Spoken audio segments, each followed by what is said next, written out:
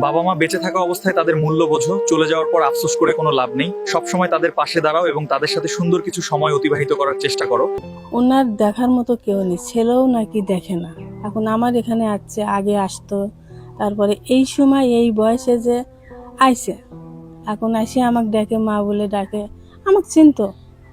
আমি তখন তো মা বলে ডাকে, যখন আমার বাড়ির নামিছে গাড়ি নিয়ে, তার যা ছিল পুরন ধরেন কাপড় চোপড় যা ছিল আইনি উঠলে, আমি তখনই তো ফেলতে পারলাম না।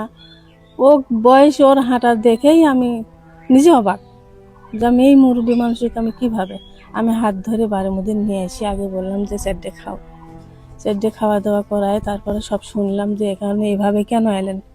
তখন আমাকে বললো যে আমার দেখার মতন কেউ নেই, আমি তোমার এখানে আসছি, আমি মেরে ফেলা দাও, আর না তোমার বাড়িতে আমার থাকার জায়গা দাও।